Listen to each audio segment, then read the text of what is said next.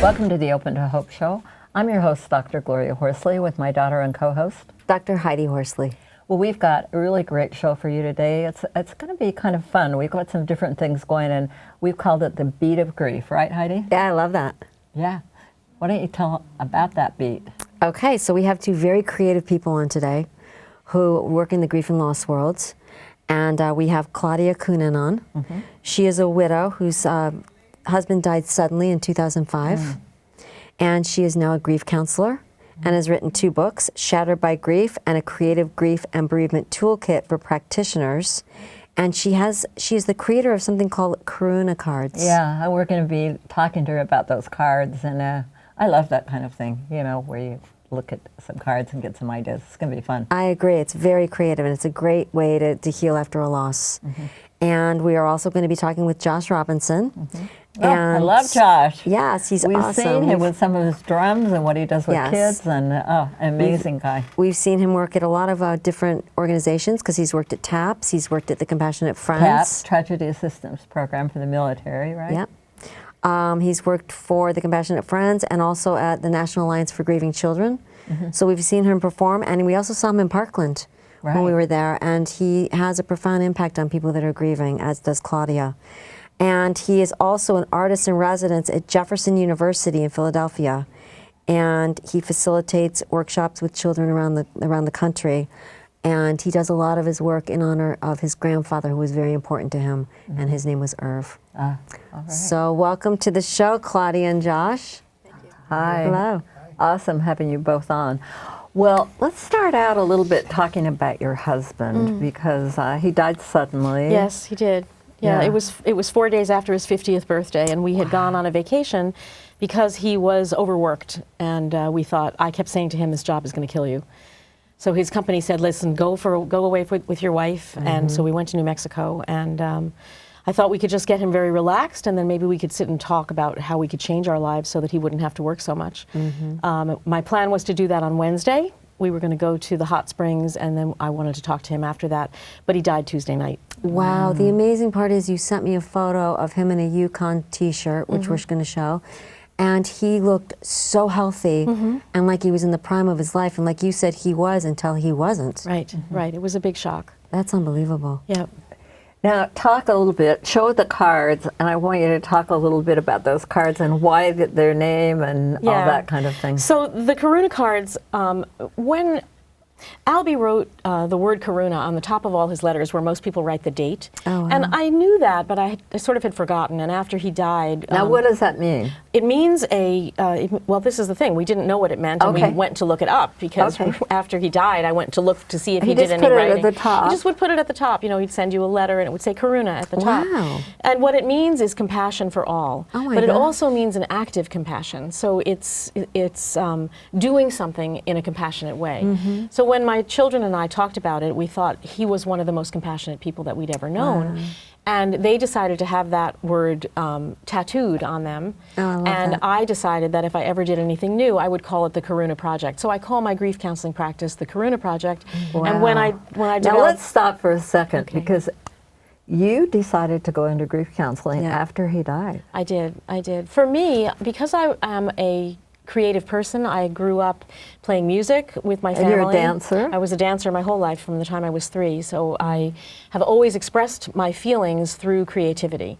And when he died, I just immediately went to my own creative process, journaling furiously, and drawing and quilting and embroidering and moving, just to try to get the emotions that were churning around in my body out in some way. Well, I think that's good for people to hear. Mm-hmm. There were things that you did that helped to get the emotions out, that were creative. Yes, and it was like a compulsion. I had to do those things. Wow. And I thought while I was doing them that this may help other people. Yeah.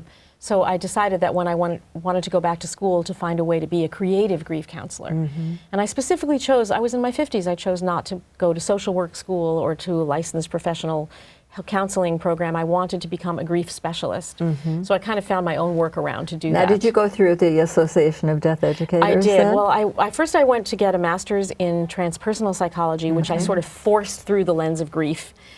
For me, the feeling was that I had been shattered and I wanted to become whole again. Did you find anybody who didn't want you to go in that direction? And oh yes, my daughter said, "This is so depressing, Mom. Why do you want to do it?" Even counselors. Did you find your counselors thought it was did not want? Because I know Heidi was going to do her dissertation on sibling loss and got a lot of back. Yeah. And I did do my dissertation on sibling loss, but it was initially not supported at all by my committee. In fact, they tried to talk me out of it. Oh, and I thought, okay, this is going to happen because this is the only reason I'm in psychology. But I have to figure out a way for them to be on board with it. Right. In my second year at the Institute of Transpersonal Psychology, I went to Brooklyn College to get the grief counseling certificate and met Dr. David Balk, who at the time was very involved with the Association for Death Education and Counseling. So he encouraged me to join, and he encouraged me to try to present there. So I presented my first time in that year as a personal story from widow to creative grief counselor. And then I've been presenting there quite a lot. You know, almost every year I present. You know, that's it's really important for people who are watching the show to hear this, because sometimes people try to move us away from those areas, you know, and there has also been past the idea that you wouldn't want to tell, if you're a therapist, that you wouldn't want to let anybody know that you've had a loss or know anything about it. But now it's changing a little bit, isn't it, Heidi? Absolutely. I think you've got to ask yourself, who am I disclosing for, myself or my client? This is right? And if it's to help your client, I think that it can be beneficial. Yeah, it's an edge that I walk a lot because I didn't go through that traditional social work or psychology training. Nobody told me that I shouldn't. Right. You know? So you know, I make sure that if I am disclosing, that I am doing it to sort of to shine a light. You know, yes, you're really in this horrible place, and I have been there too. It's not the same as you, but you know, you can grow from this, and you can transform your life in many ways through the grief. And I find that a lot of my clients actually visibly relax when they realize that I have experienced a very deep loss as well. I think it can be very therapeutic. When I work with 9/11 families, I said to them, look, I have no idea what it's like to have someone die in 9/11. However, I do know what it's like to lose a brother suddenly in the prime of his life. And that really resonated with them. And that was all we took, that was it. That was the intervention, and then we moved forward. But yeah, I think it can be very powerful. So now tell us about your cards. So the cards developed when I was working, after I graduated and I got a job in a hospice. And because I'm always doing creative things, I would always suggest that to my clients. You know, oh, you should journal. Like, I wish I could say something to my dad. I have something I wish I could say. Like, well, you could write him a letter. You could write in your journal.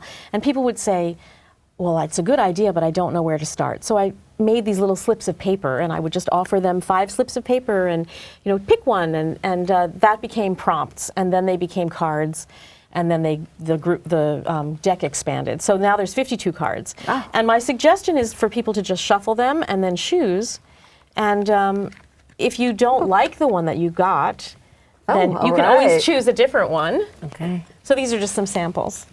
And these are kind of prompts. So, Heidi, look, mine is anger is often labeled a bad emotion. Oh, that's so true. Yeah, that's so true. And this card goes on to ask you, not only can anger have some positive things, because it can be motivating, but also what color is your anger, and where is it located in your body? And maybe you can sort of breathe into that part and help release it. And I said, write your anger out in the color. Yeah, really neat. Josh, what have you got? I've got, what is your heart calling for? Gently roll your shoulders and stretch your torso to open your heart. Listen, pay attention. How will you answer this call? I like that for you, because you're creative. What do I miss the most about Scott, and what do I miss not at all? I love this because no one's ever asked me what I don't miss. I don't miss how he used to borrow my car and take it all the time. Especially when he wouldn't ask me and I go get it and it was gone. Yeah, I mean, there's always something. I mean, I miss so many things about Albie. I don't miss his smoking. I love it, what you don't miss. And then you've also written a book. Yes, and so this is Shattered by Grief, Picking Up the Pieces to Become Whole Again. I love the cover. And I use this whole as chapter headings to sort of highlight the different aspects of grief. So W is who am I and what happened. So that's sort of the story that we need to tell. And H is help, how do I do this? So that's practical ways to get through grief. O is opening to emotion. L is learning to live fully again, so beginning to explore what your life will be after this loss. And E is exploring the past to experience the future, so that's the continuing bonds and also looking forward and bringing it all together. Love it, love it. So you've taken all this creativity. Are you still dancing?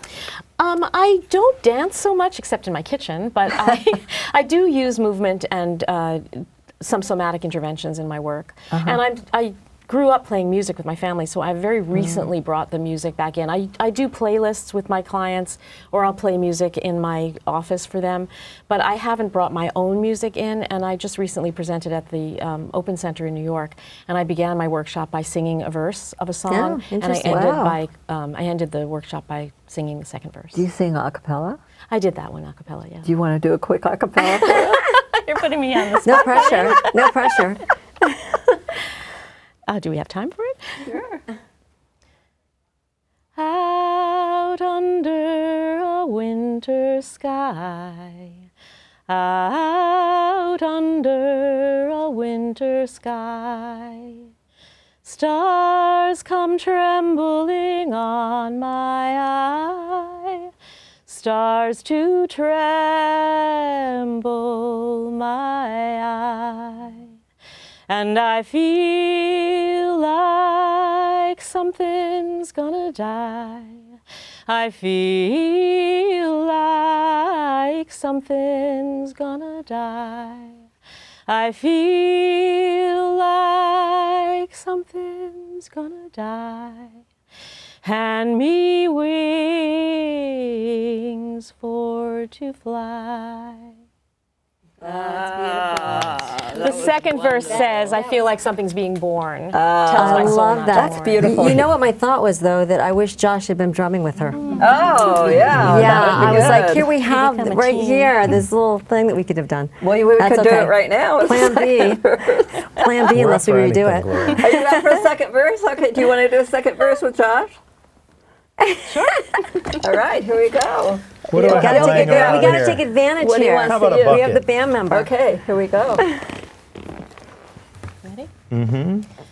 Out under a winter's morn, out under a winter's morn, we lie sleeping in beds that are warm, sleep in beds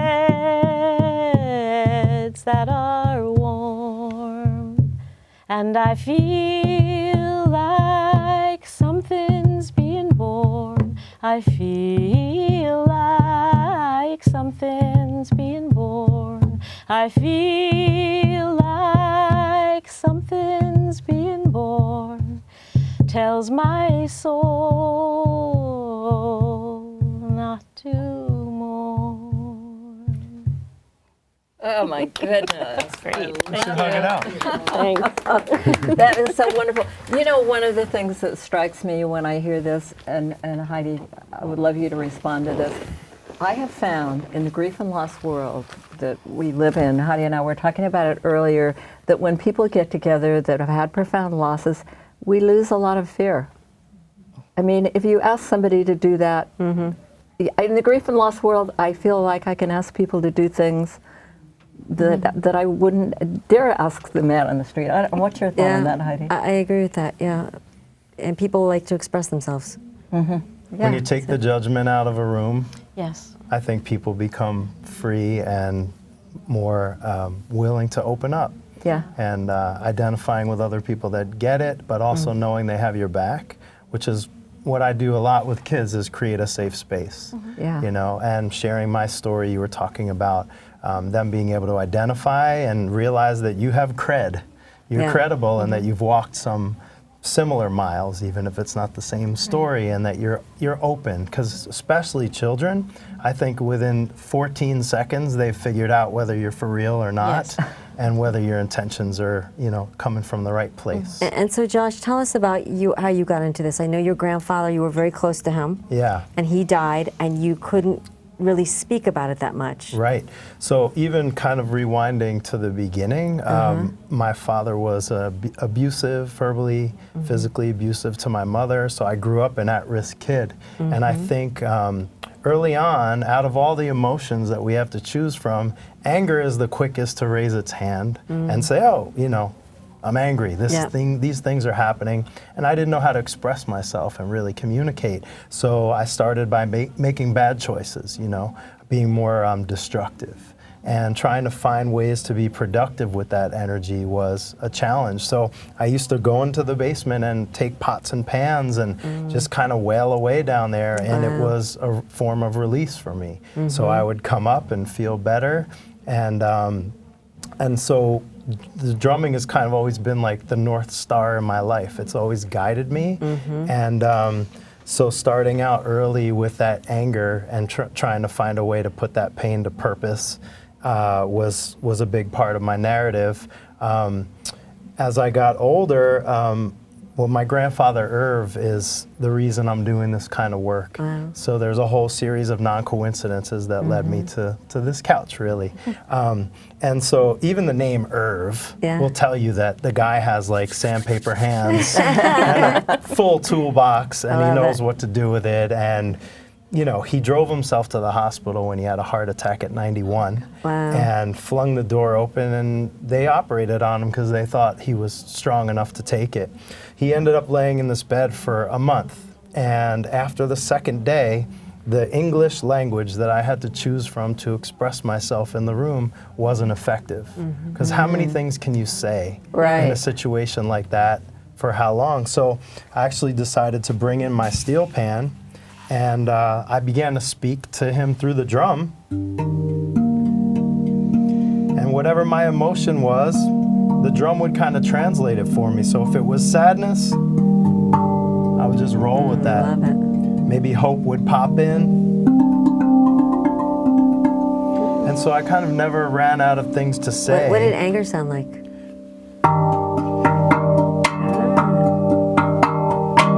Just a little more action.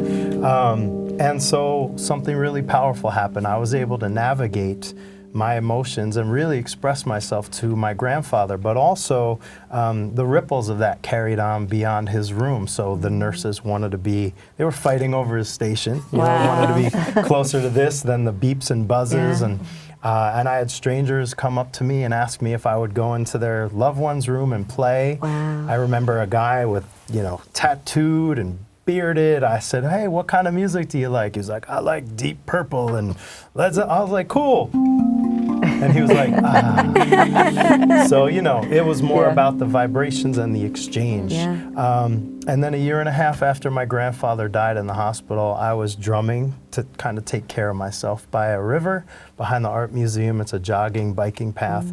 And this guy with his dog jogged up to me, looked at me a couple of times, waited till I stopped, and he said, you're Josh, right? And he turned out to be my grandfather's surgeon. And he said, you know, we remember you, and we still talk about you on the 4th floor of the Lankenau Hospital, and you had a lasting impact on our community. And I was like, got it, Irv. And that's when I volunteered to play for people in hospice.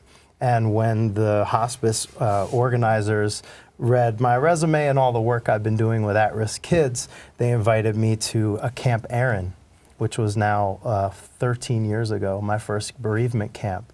And so that began kind of my journey, and that led to invitations to present at national conferences, and where we met at NAGC, which was my first keynote ever. And I was sitting there listening to the introduction of the keynote. I was like, wow, that's interesting. And they were like, Josh Robinson. I was like, oh, that's me. I guess I got to go be that We're guy. going to show a quick clip of you working with kids right now. Words are a funny thing. Sometimes people say words to you and they have good intentions behind them, but they don't really come out that good, right? Have you ever had that? Like somebody say something and they mean well, but you're like, it's not really helping me. So instead of talking, I decided to bring an instrument like this to my grandfather's bedside. And I never ran out of anything to say when the drum became my voice. 5, 6, here we go. Small hearts. Here we go. One more time again. I think people have limited phrases or things to say. Like if you tell a grieving kid like, well, they're in a better place now. You think that might be helpful to them, but their reality is like, no, a better place is like sitting right next to me. So I think words have this way of missing the mark where drumming and music don't.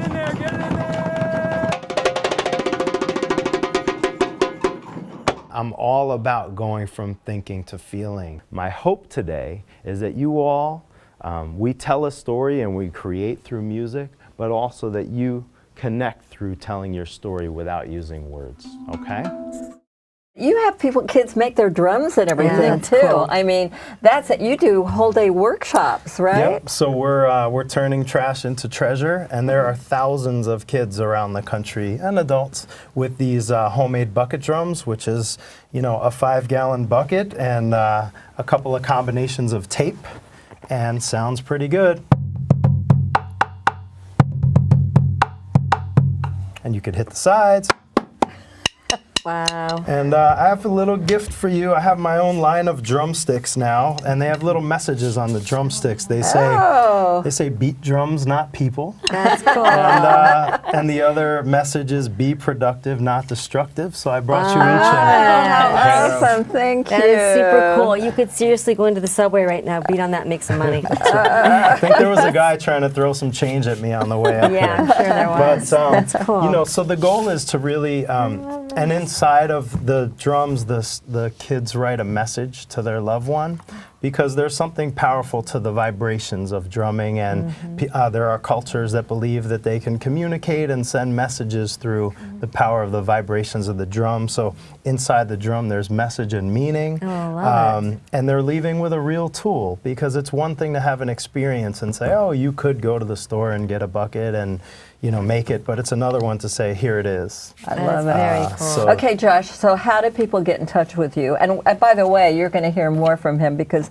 he's going to play for us going out of the show. He is going to play Hope, which I love because, you know, we're open to hope. So how do we find you on the net? Everything is Josh Robinson Drums, so website and social media. And if you've got a day-long workshop or a camp or something, this is your man. Yes, absolutely. Kids love him.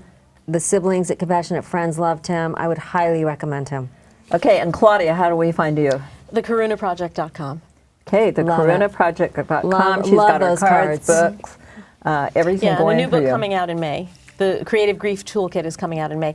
And that's directed towards practitioners because they don't really learn, most practitioners don't really learn about grief in their training programs. So this book is designed to help them learn about the more current models of grief and my ideas of different lenses to work through. And then there's 30 activity sheets that practitioners can use in their own offices with their grieving clients. Awesome.